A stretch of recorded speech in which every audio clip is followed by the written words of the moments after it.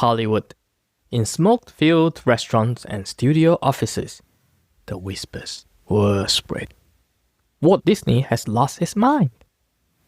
A feature-length cartoon? Impossible. Cartoons were comedies, 5 minutes at most. Children laughed, adults smiled politely, and then the reel ended. That's how the industry saw it back then. One critic sneered, "It'll be Disney's Folly." And the name stuck. But here's the irony. At that very moment, Walt was at the peak of success. Mickey Mouse whistled from every screen. Silly Symphonies were winning awards. Mickey watches and toys flew off shelves. Walt had what every studio had dreamed of. A global icon, an empire in miniature. By all logic, this should be the time to consolidate, not to gamble. Why risk everything when you've already won? Because for Walt, success was never the finish line, it was the platform for the next leap. He saw what others refused to see, that animation wasn't just a novelty. It could be cinema. It could tell a story that moved people to laughter and tears, a story audiences would sit with for an entire evening. And so, while Hollywood whispered folly, Walt Disney began pouring his life, his fortune, and his health into a dream no one believed in. That dream would become Snow White and the Seven Dwarfs, the film that redefined an art form, transformed ridicule into revolution, and nearly bankrupted the studio along the way. Today, we explore how a man with a mouse turned cartoons into cinema and built the systems that carry imagination onto the world stage. By the end of the episode, you'll see how Walt transformed creativity into process, risk into installments, and one character into an empire. And that's the heart of Path to Greatness, a special series here on The Strategic Thinker. In these episodes, we trace the extraordinary journeys of iconic figures, breaking down the turning points that shaped them, and pulling lessons you and I can apply to our own paths. In the last chapter, we followed Walt from paper routes to Mickey Mouse, from heartbreak to reinvention. Today, we step into his boldest gamble yet, a feature-length cartoon that critics predicted would destroy him, but instead, redefined cinema itself. Welcome to Path to Greatness. Let's dive in. The Whistle of Steamboat Willie hadn't just introduced a character, it had introduced a cultural force. By the early 1930s, Mickey Mouse wasn't just an American curiosity, he was an international star. Children copied his grin, adults whistled his tune. Newspapers ran comic strips, shops sold toys and dolls, and in 1933, the Ingersoll Watch Company released the first ever Mickey Mouse watch. It cost $3.25. Within 2 years, they had sold over 2 million of them. A cartoon mouse was now keeping time on the wrists of factory workers and bankers, mothers and children. For Walt Disney, that was a revelation. Until Mickey, cartoons were seen as disposable, 5-minute fillers before the main feature. They came and went, earning laughs but little loyalty. Walt realized something deeper. Characters weren't just stories, they were assets. An asset that lived beyond the screen. It could be printed, sold, worn, carried. It could return again and again, compounding value with each appearance. This shifted Walt's vision. He no longer thought only about gags and reels. He began to think about worlds and longevity. What else could live beyond the theater? What else could carry imagination into daily life? So, the Mickey Mouse watch became more than just a product. It was proof that creativity could scale when treated not as an accident, but as a designed, managed asset. Mickey was also more than just entertainment. He became a kind of cultural medicine during the Great Depression. Families with little money for luxuries could still afford a 15-cent martini or a small toy.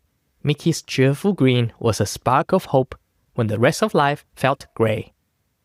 Some writers have even suggested that Mickey became an unofficial ambassador of optimism.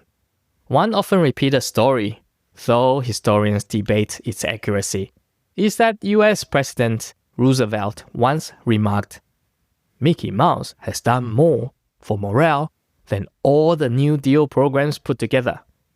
No transcript confirms it, but the legend endures because it rings true to how people felt. With Mickey's global success, the Disney Brothers Studios outgrew its cramped office. They moved into a larger space in Silver Lake, Los Angeles. More animators joined the team, departments formed.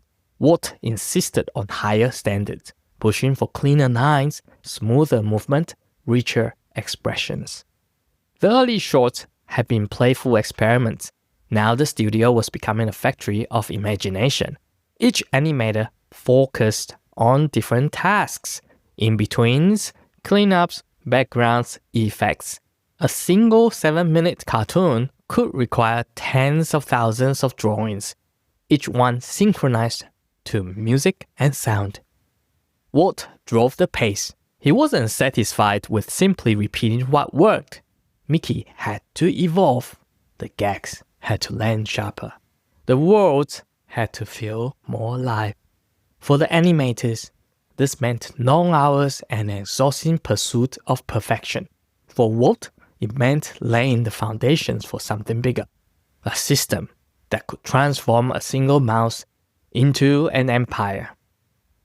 But with growth came strain. Managing a handful of artists in Kansas City had been chaotic enough. Now there were dozens, soon to be hundreds. Payrolls ballooned, deadlines loomed. The more popular Mickey became, the more shorts theaters demanded. Walt quickly discovered that creativity couldn't scale on inspiration alone. It needed processes, pipelines, systems that balanced artistry with efficiency. This wasn't compromise, it was necessity. He began experimenting with workflow charts, story meetings, division of labor. Instead of each animator working from scratch, tasks were broken into parts. A lead animator would set the movement, others would fill in. Background artists layer the world. Effect animators added water, smoke, light. This process wasn't glamorous, but it allowed the studio to deliver consistent quality at growing volume. And it freed Walt to focus on what he did best: vision, story, and pushing the limits of what animation could become. Walt was beginning to grasp a truth that would guide his career. Creativity scales when you treat ideas not as accidents but as assets. An idea alone is fragile. A sketch in a notebook, a gag that makes a few people laugh. But an asset has durability. It can be protected, multiplied, and extended. Mickey was the proof. From screen to strip, from toy to watch, he showed that imagination could move beyond its first medium, if you built the system to carry it. What in your life today might become more than a project? Could it be an asset that grows over time?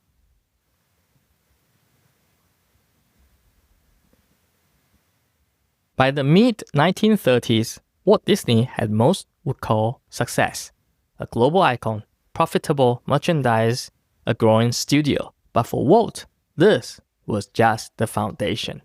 He wasn't content with a mouse, no matter how beloved. He wanted to see how far the medium could go. Could cartoons move beyond laughs? Could they tell stories that stir hearts, carried emotion, and rival the greatest films? But scaling a mouse was just the beginning. Walt needed a workshop where imagination could stretch further, a place to test ideas others thought impossible. That workshop would become the Silly Symphonies, a sandbox for risk, a rehearsal stage for the impossible. And what Walt learned there would make Snow White possible. Until the Mickey Mouse shorts, the symphonies didn't feature recurring characters. Each one was a self-contained experiment, a chance to try new techniques, play with tone, push boundaries. They opened in 1929 with The Skeleton Dance. 4 bony figures converting in a graveyard at midnight. No dialogue, no Mickey, just eerie mood and perfect synchronization to music.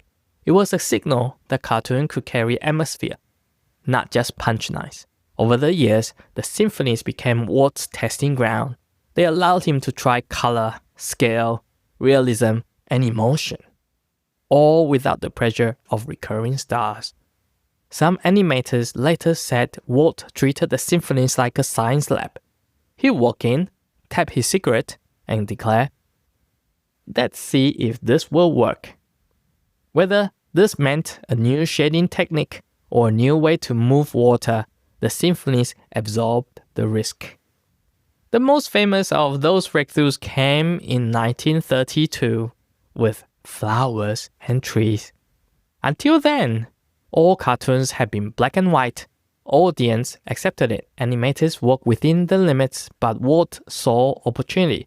He struck a deal with Technicolor, securing the exclusive right to use their 3-strip color process in animation for 2 years. It was a bold bet, expensive, risky, and untested. But when Flowers and Trees premiered in color, audiences gasped. Leaves shimmered green, flowers blushed red and gold, fire lit the night in living hues. The cartoon won Walt his first Academy Award. More importantly, it proved that innovation could be art and that calculated risk could yield returns far beyond its cost. For roughly 2 years, no other studio could touch Disney's palette.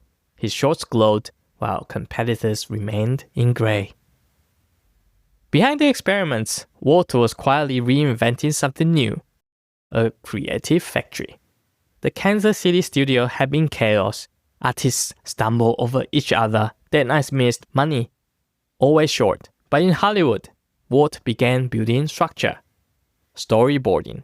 Every cartoon was broken into panels, pinned on walls, reviewed scene by scene. Weaknesses were spotted before thousands of drawings were made.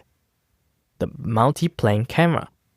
Layers of artwork could now move independently, giving real depth.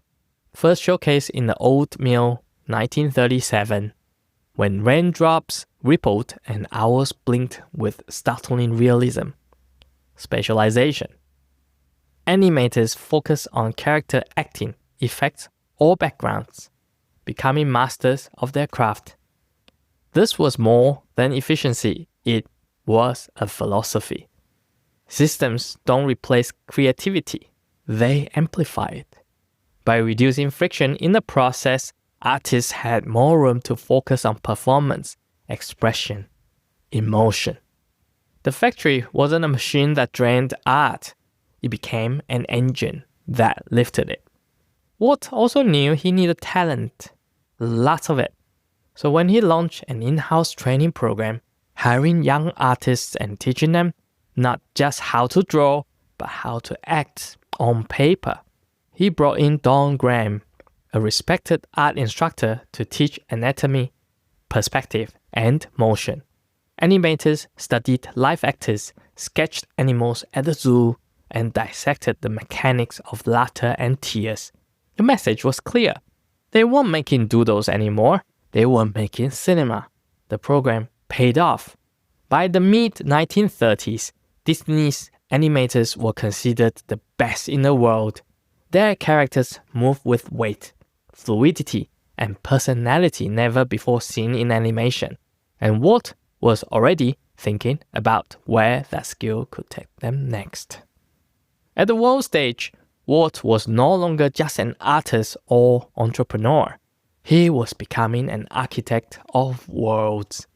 He had discovered a truth that reaches far beyond animation. Lone artists can make something brilliant once. A system allows brilliance to repeat, compound, and grow. That's what Walt was building. Pipelines where imagination flowed faster, higher, wider.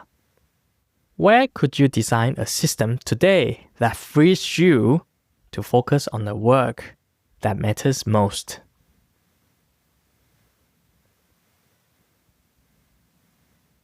By the middle of the decade, the Disney studio had transformed. From a scrappy office making gag reels, it had become a creative factory, an engine where experimentation, training, and technology worked together.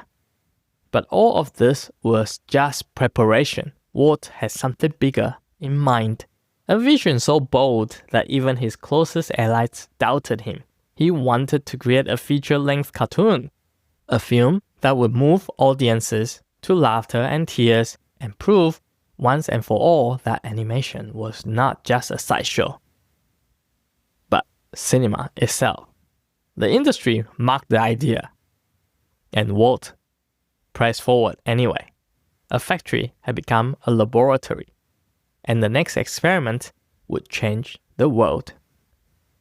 Before we step into Walt's boldest gamble yet, the film the industry mocked as Disney's Folly, let me pause here. You are listening to Path to Greatness, part of The Strategic Thinker. If this journey is sparking ideas for you, be sure you are following the show so you don't miss the next chapters, including the finale. If you'd like to go deeper, join us at masontst.com or connect with us on socials, where I share tools and frameworks to help you build your own path to greatness. Now, let's return to the story.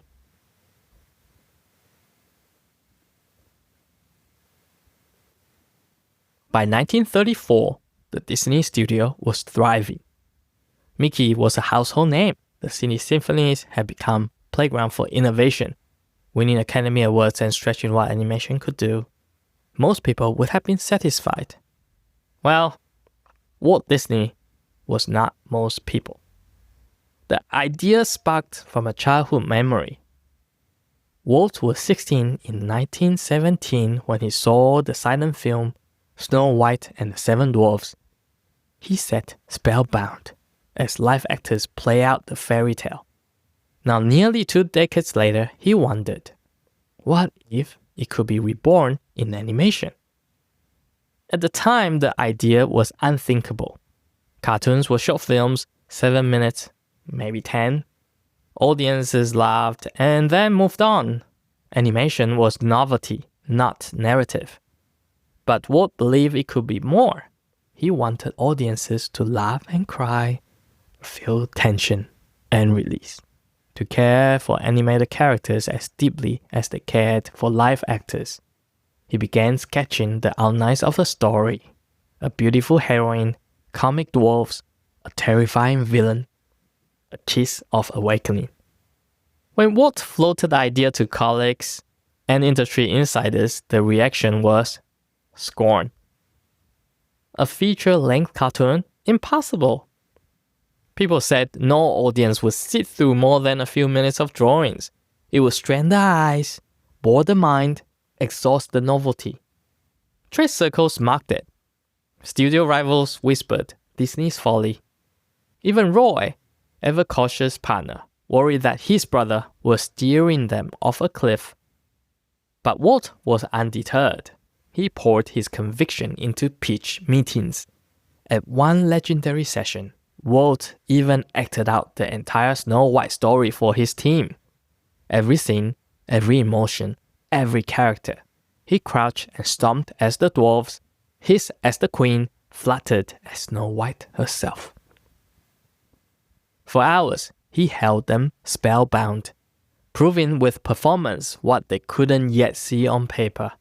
Some say that by the time he played the queen's death scene, his voice cracked and his eyes brimmed with tears.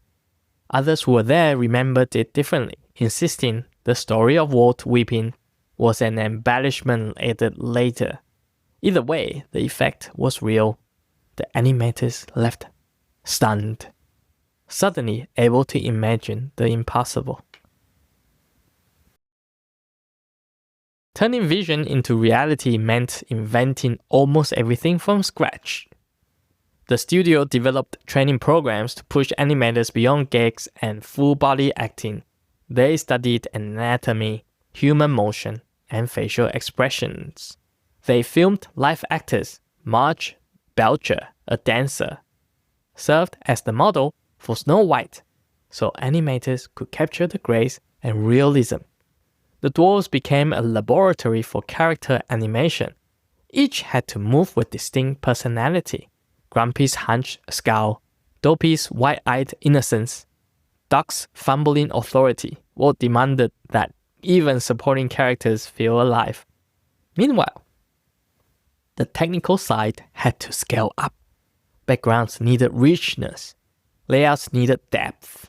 The multi-plane camera, perfected during the Silly Symphonies, would give forests and castles a cinematic sweep. Bit by bit, the factory Walt had built became an engine for the impossible. Still, doubt surrounded them. Bankers worried about costs. Other studio heads predicted bankruptcy. Even some Disney employees, exhausted by the scale of the project, muttered that the old men in Hollywood were right. This was folly. But you guessed it. Walt pressed on. He walked the halls at night, checking drawings, encouraging tired animators, reminding them that they were making history. For him, Snow White wasn't just a movie. It was proof that animation was not a sideshow, but a legitimate art form. The lesson here is one that echoes far beyond film. Every great leap looks foolish until it works. Vision demands persistence through ridicule. Had Walt listened to the critics, there would be no Snow White, possibly no feature-length animation industry, no Disney as we know it today. The ridicule was not a sign to stop. It was a sign he was breaking ground no one else could imagine. Where are you holding back today because you are afraid of what others might say?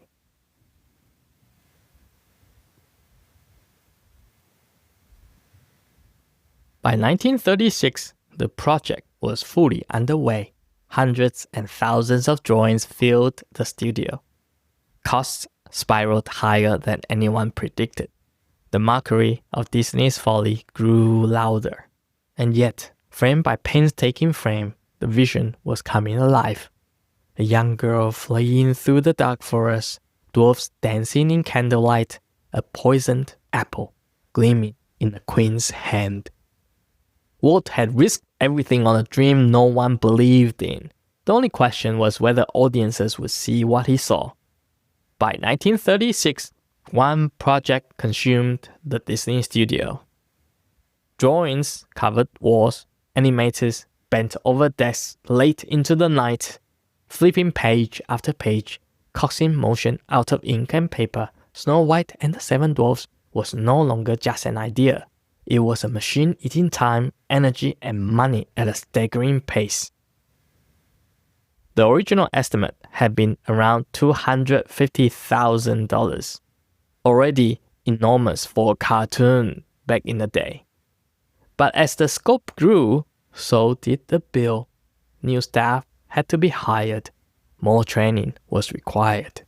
Backgrounds, effects, and music demanded scale the studio had never attempted.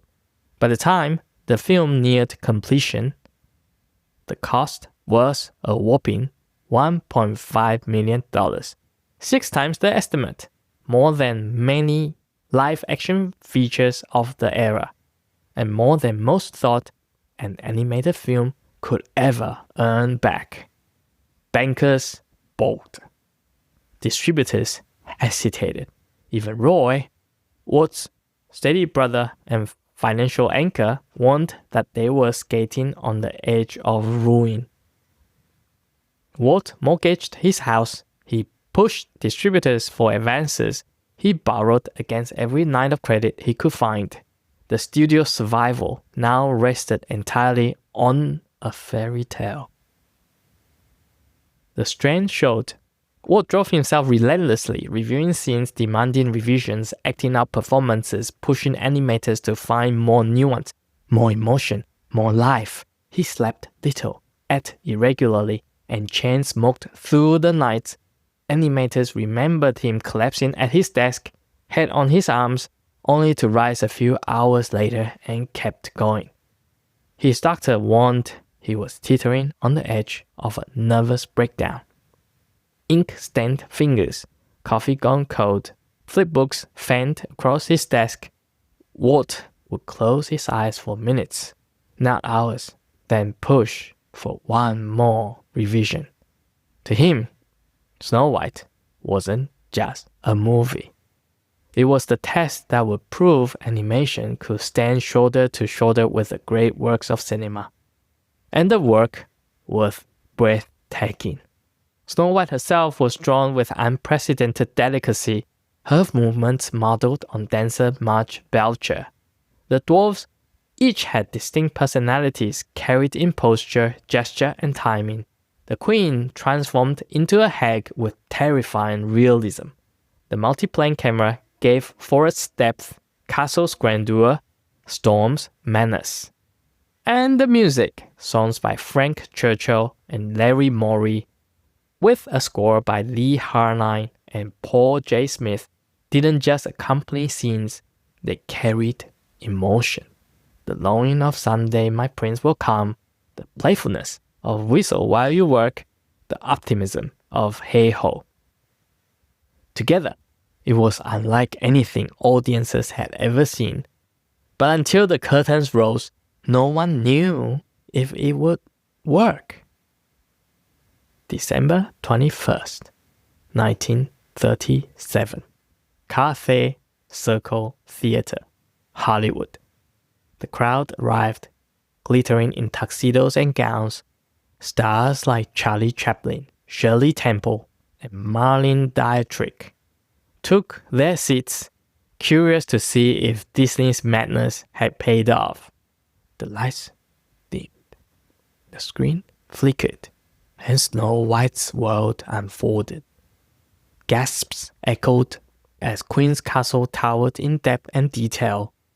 Laughter filled the theater at Dopey's antics. Silence held the room when Snow White beat the poisoned apple. Some audience member wept openly at her stillness. And when the prince kissed her, bringing her back to life, the crowd erupted into applause. As the credits rolled, the theater rose in a standing ovation. 83 minutes, nearly 12 times longer than a Mickey Mouse short, and not a soul had left their seats. Walt had done the impossible. Stories from that evening had grown into legend. Some say that during the poisoned apple scene, a young child screamed so loudly she had to be carried out, overwhelmed by the terror. Others claim that people in the film industry whispered that, "Oh, put it off." Neither tale can be verified, but both endure because they capture the truth of the moment. Walt Disney has silenced the skeptics.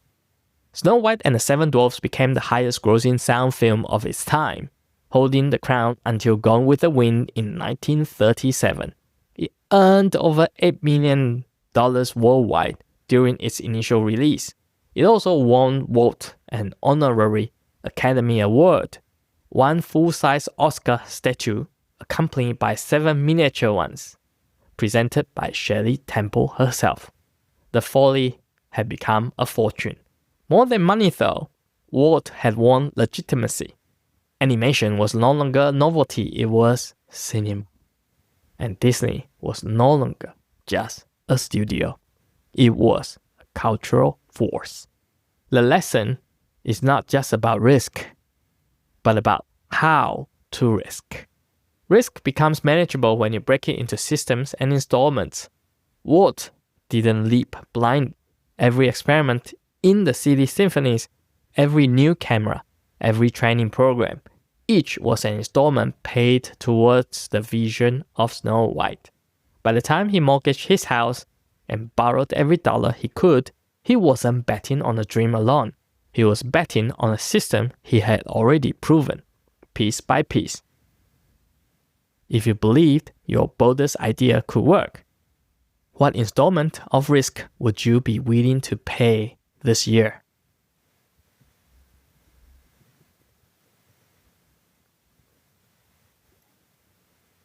From ridicule to revolution, Walt Disney had turned mockery into masterpiece.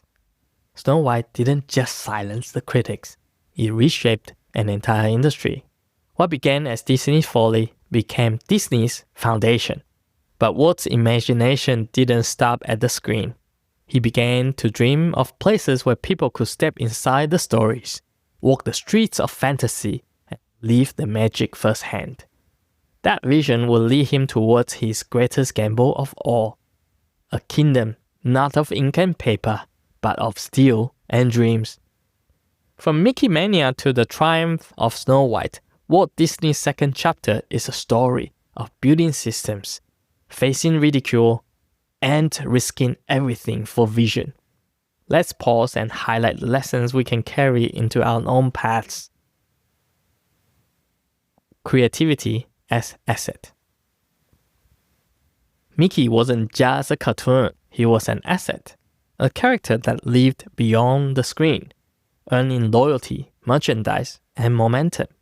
Walt understood that imagination grows stronger when you treat ideas not as accidents, but as assets to be nurtured, protected, and multiplied.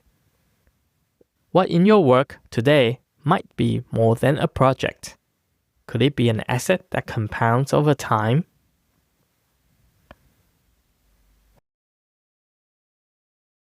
Systems as amplifiers.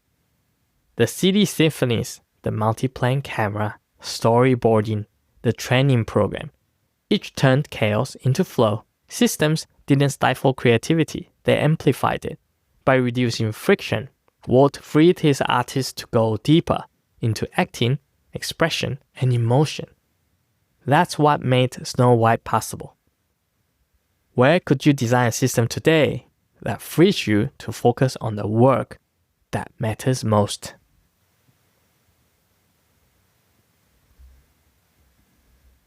Vision through ridicule. Disney's Folly, that was the verdict before a single audience saw Snow White. Insiders mocked him, bankers doubted, even friends whispered. But every great leap looks foolish until it works. Walt's persistence through ridicule turned a gamble into a revolution. Where are you holding back today because you are afraid of what others might say?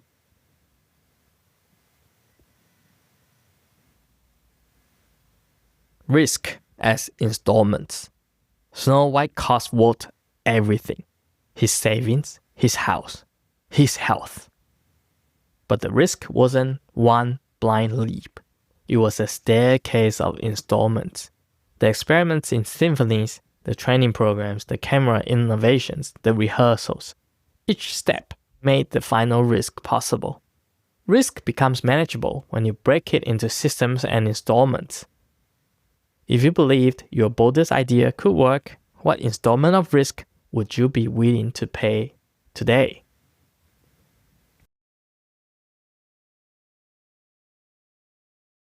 To recap, here are the 4 lessons of Walt Disney's Path to Greatness Chapter 2. Creativity as asset, systems as multipliers, vision through ridicule, and risk as installments. Together, they transformed Walt from a man with a mouse into the architect of a studio that could build worlds. The night Snow White premiered, the standing ovation lasted minutes. Yet according to some who were there, Walt didn't linger at the after party. Instead, they said he slipped outside, lit a cigarette, and paced along in the cool air. One story claimed he was stunned into silence, as if he couldn't believe what had just happened. Another version had him turn into Roy and saying, "We will need a bigger studio." Whether or not either account is true, both capture the essence of Walt, never content, always looking at what's next. Snow White proved that animation could rival cinema, but Walt's imagination was never content with just the screen. He wanted to build worlds you could walk inside. He began to dream of places where people could step inside the story, where Main Street castles and jungles weren't just pictures, but places you could walk. Next time in Chapter 3, the finale, we explore how Disneyland went from a sketch on a napkin to a kingdom that redefined entertainment itself and planted the seeds of Walt's greatest legacy. Thank you for joining me on this incredible Chapter 2. If this episode sparked joy for you, share it with someone who might need courage to pursue their own folly. If you haven't listened to Chapter 1, it's a great opportunity to do so now. And make sure you are following the Strategic Thinker so you don't miss the final chapter of this trilogy. For early access and deeper tools, join the waitlist for the Listening Room at masontst.com/listening room. You hold the power to shape your destiny. Strategic thinking is your compass. We will build an amazing future, one thoughtful decision at a time. Until next time, keep getting better every day.